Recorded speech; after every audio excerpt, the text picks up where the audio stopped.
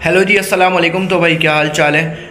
जैसा कि इस साल इस्लामाबाद एम्बेसी ने इंटरव्यू अपने स्टार्ट कर दिए हैं। वो लोग जो कि स्टूडेंट वीज़ा के लिए अप्लाई कर रहे हैं इटली के लिए, तो इटालियन एम्बेसी जो कि इस्लामाबाद में है उन्होंने इंटरव्यू स्टार्ट कर दिए हैं। तो जिन लोगों का एडमिशन आ चुका है इटली में इटालियन यूनिवर्सिटीज़ के अंदर मास्टर्स, बैचलर्स, पीएचडी जिस चीज़ के लिए भी आपने अप्लाई किया और आपका एडमिशन अगर आ गया है तो आप प्री इनरोलमेंट कर लें, क्योंकि प्री इनरोलमेंट भी स्टार्ट हो चुकी है। तो अगर आप प्री इनरोलमेंट जल्दी करेंगे तो आपको इंटरव्यू जल्दी आपका हो जाएगा। अगर यहाँ तक आ गए तो भाई सबसे पहले वीडियो लाइक कर दें, चैनल सब्सक्राइब मस्ट है, क्योंकि 5000 सब्सक्राइबर होने वाले हैं। तो जल्दी जल्दी सब्सक्राइब करो और 5000 सब्सक्राइबर तक पहुँचा दो।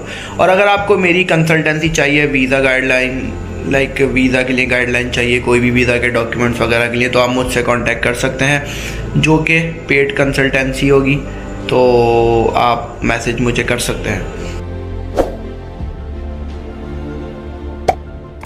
अच्छा जी, सबसे पहले जो इंटरव्यू में जितना मैंने सुना है, क्योंकि मैंने तो कराची एम्बेसी से अप्लाई किया था, कराची कॉन्सुलेट से, बट वहाँ इंटरव्यू नहीं होता। लेकिन जो इस्लामाबाद एम्बेसी में अप्लाई करते हैं, तो जो मेरे दोस्तों ने मुझे बताया, इवन कराची कॉन्सुलेट से भी अप्लाई करते हैं, तो मेन जो इशू आता है वो आता है फाइनेंशियल, आपको कैसे प्रूव करने। तो आपका जो फाइनेंस है, जो भी आप अपनी बैंक स्टेटमेंट दिखा रहे हैं, उसको आपको बहुत प्रॉपर तरीके से वहाँ पे प्रूफ देना है, क्योंकि जब इंटरव्यू होगा तो आपसे वो सवालात पूछेंगे कि भाई ये पैसा आपका कहाँ से आया। तो अक्सर लोग ये करते हैं कि भाई हम अपने रिश्तेदारों से ले लेंगे और प्रूफ वगैरह कर देंगे। तो ये है कि ज़्यादातर जो रिजेक्शंस होती हैं इस्लामाबाद में इंटरव्यू के दौरान, वो फाइनेंशियल रीजंस की वजह से ही होती हैं। तो सबसे पहले तो भाई ये है कि आपको अपने फाइनेंशियल जो भी आप मैनेज कर रहे हैं, जो भी डॉक्यूमेंट्स आप बना रहे हैं, वो आपको बहुत तरीके से उनको कॉन्फिडेंटली आपको बतानी है सारी चीज़ें, ताकि वो कन्विंस हो सकें। अच्छा जी, जो सवालात वहाँ इस्लामाबाद एम्बेसी में इंटरव्यू के दौरान पूछे जा रहे हैं, उसमें सबसे पहला सवाल ये है कि भाई आप इटली क्यों जाना चाहते हैं। तो इटली जाने का आपको रीज़न अपना बहुत क्लियर होना चाहिए कि आप क्यों जाना चाह रहे हैं। वहाँ पे ये नहीं बोलना कि वहाँ पे स्कॉलरशिप है तो इसलिए हम जा रहे हैं, तो आपका ऑब्वियसली वो वीज़ा रिजेक्ट ही कर देंगे। क्योंकि जो हम स्कॉलरशिप अप्लाई करते हैं, वो जब आप वीज़ा अप्लाई कर रहे होते हैं आपको वहाँ नहीं दिखानी होती। हाँ, अगर आपकी कोई मेरिट स्कॉलरशिप लगी यूनिवर्सिटी में तो आप बिल्कुल दिखाएं।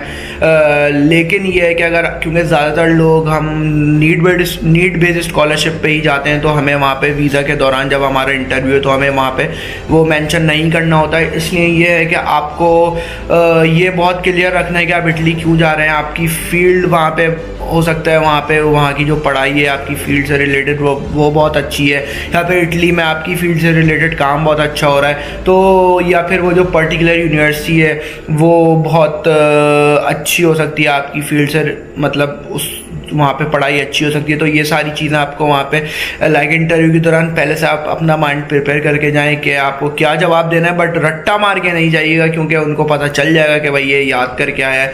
तो सबसे पहला हो सकता है आपसे यही सवाल हो जाए, तो पहले से बी प्रिपेयर। तो आपसे दूसरा सवाल ये होता है वहाँ पे कि भाई आप अपने जो फाइनेंस हैं, जो भी आपके खर्चे हैं, आप इटली जाके वो एज अ स्टूडेंट कैसे उठाएंगे, क्योंकि तभी वो आपसे बैंक स्टेटमेंट वगैरह मांगते हैं। और ये ना हो कि आप यहाँ पे जो भी आपके पीछे लोग हैं वो आपको ये शो कराना होता है कि उनकी जो भी आपके जो जो आपके फाइनेंशियल सपोर्टर है उनके पास जॉब वगैरह प्रॉपर है। ये सारी चीज़ें आपको दिखानी होती है, और वहाँ जाके आप कोई उल्टे सीधे कामों में ना पड़े।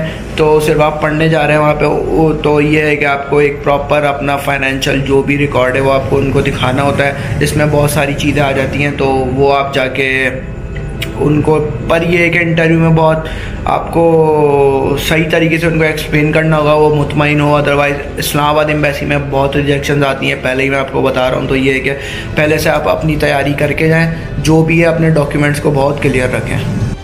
उसके बाद ये है कि आपसे आपकी जो रीसेंट डिग्री है, लाइक आपने बैचलर्स की हुई है तो आपका, लाइक आप मास्टर्स के लिए जा रहे हैं, आप पीएचडी के लिए जा रहे हैं, तो आपकी जो भी रीसेंट डिग्री है मास्टर्स की, बैचलर्स की, उसके बारे में आपसे पूछा जाएगा। आपने किस सब्जेक्ट में अपना बैचलर्स किया हुआ है उस बारे में पूछा जाएगा। वो जो आप मास्टर्स करने जा रहे हैं आया वो उससे रिलेट करती भी है। लाइक आपने मास्टर्स में इटालियन लैंग्वेज में आपने एडमिशन ले लिया और आपका बैचलर्स मैकेनिकल इंजीनियरिंग में है, तो ये कोई जो है ना, उससे यही ज़ाहिर होगा कि आप वहाँ पे सिर्फ जो है ना किसी और मकसद से जा रहे हैं। तो आपको अपना जो आपका एडमिशन है, जो आपकी बैचलर्स वाली फील्ड है, उससे काफ़ी रिलेट करना चाहिए, कहीं इनडायरेक्टली जो भी है वो रिलेट करे, अदरवाइज़ वो यही कहेंगे कि भाई आपका जो जाने का मकसद है वो कुछ और है, तो आपका वीज़ा रिजेक्ट हो सकता है। इसलिए ये है कि आप पहले से जब आप अप्लाई, अगर ऑब्वियसली आपने अपनी रिलेटेड फील्ड में ही किया होगा, लेकिन ये है कि उसको आपको कैसे उनको कन्वेंस करना है, वो सारी चीज़ें आप पहले से प्रिपेयर रखें कि भाई मैंने बैचलर्स इस फील्ड में की है। जैसे मेरा था, बैचलर्स मैकेनिकल में थी,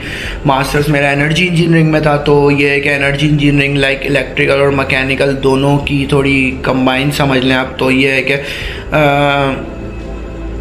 ईजी हो जाता है। फिर ये है कि आपको उनको बताना पड़ेगा कि भाई आप इटली में किस सिटी में जा रहे हैं। जैसे मैं इटली में किसी सिटी के अंदर हूँ, तो इसी तरीके से सब कोई पाडुआ जा रहा होगा, कोई पलेर्मो जा रहा होगा, कोई सपेंदिया जा रहा होगा, कोई रोम जा रहा होगा, तो कोई ना कोई कहीं ना कहीं जा रहा होगा किसी ना किसी सिटी में। तो आपको वो बताना है कि भाई मैं इस सिटी में जा रहा हूँ, आगे मेरी यूनिवर्सिटी जो है इस सिटी के अंदर है, तो वो सारी चीज़ें आपको बतानी होंगी। और जो आपसे और सवालात हो सकते हैं कि आपने भाई ये जो भी आपका मास्टर वाला सब्जेक्ट है वो क्यों चूज़ किया है, तो वो मैं आपको पीछे बता चुका हूँ कि आपका जो है ना, एक तो बैचलर से कनेक्टिविटी होनी चाहिए, दूसरा ये है कि आप बता सकें उनको कि आपके मुल्क में हो सकता है आपका जो मदरलैंड है वहाँ पे जैसे इशूज़ हैं। जैसे मेरा पावर जनरेशन कोर्स है, तो पाकिस्तान में पावर जनरेशन से रिलेटेड काफ़ी इशूज़ हैं, लोड शेडिंग वगैरह है। तो इसी तरीके से आप अपने कोर्स के हिसाब से भी बता सकते हैं, या दुनिया में उस पर क्या काम हो रहा है, तो आप उससे उनको कन्वेंस कर सकते हैं कि भाई ये मेरी फील्ड है, इटली में इस पे काम हो रहा है, मेरी मदरलैंड में इसकी काफ़ी नीड है, इससे रिलेटेड काफ़ी इशूज़ हैं जो कि मैं इन फ्यूचर जाके अपने मुल्क के अंदर बेहतरी लाऊंगा यहाँ से पढ़ के। वो चीज़ें आप इस तरीके से उनको मोटिवेट कर सकते हैं। तो इससे ये भी होगा कि आप अपने मुल्क वापस आएंगे, उनको ये भी आपको कन्वेंस करना है, अदरवाइज़ वो कहेंगे कि आप जो है ना वहाँ से वापस ही नहीं आएंगे। तो ये आपको उनको कन्वेंस करना है कि भाई मैं पढ़ने के बाद अपने मुल्क वापस आऊँगा। तो ये वो सवालात थे जो कि अभी मेरे सामने आए हैं। और एक मैं पहले इंटरव्यू एक्सपीरियंस था मेरे दोस्त का, जो कि अभी मेरे साथ वहाँ पे पढ़ भी रहा है इटली के अंदर, उसका भी मैं लिंक आपको यहाँ दे दूँगा, आप उसकी वीडियो भी जाके देख सकते हैं, जो लास्ट ईयर उसको वीज़ा लगा है इस्लामाबाद एम्बेसी से। तो अगर वीडियो अच्छी लगी हो तो लाइक कर दें। फिर मिलते हैं अगली वीडियो में, अपना बहुत सारा ख्याल रखिएगा। अल्लाह हाफ़िज़।